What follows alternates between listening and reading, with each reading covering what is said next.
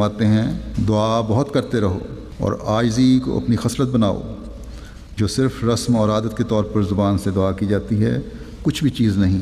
जब दुआ करो तो बजूद सलात फ़र्ज़ के दस्तूर रखो कि अपनी खलवत में जाओ और फिर ज़िक्र इलाही करो और अपनी ज़ुबान में नहायत आजिज़ी के साथ, जैसे एक अदना से अदना बंदा होता है, खुदा ताला के हुज़ूर में दुआ करो। फरमाया यह है कि ए रब्बुल आलमीन, तेरे एहसान का मैं शुक्र नहीं कर सकता, तू नहायत रहीम व करीम है और तेरे बेइंतहा मुझ पर एहसान है।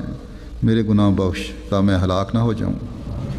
मेरे दिल में अपनी खालिस मोहब्बत डाल ता ज़िंदगी हासिल हो, और मेरी पर्दापोशी फरमा और मुझसे ऐसे अमल करा जिनसे तू राज़ी हो जावे। मैं तेरे वजह करीम के साथ इस बात से पनाह मांगता हूँ कि तेरा ग़ज़ब मुझ पर वारिद हो। रहम फरमा और दीन व आखिरत की बलाओं से मुझे बचा, कि हर एक फ़ज़्ल व करम तेरे ही हाथ में है। आमीन सुम्मा आमीन।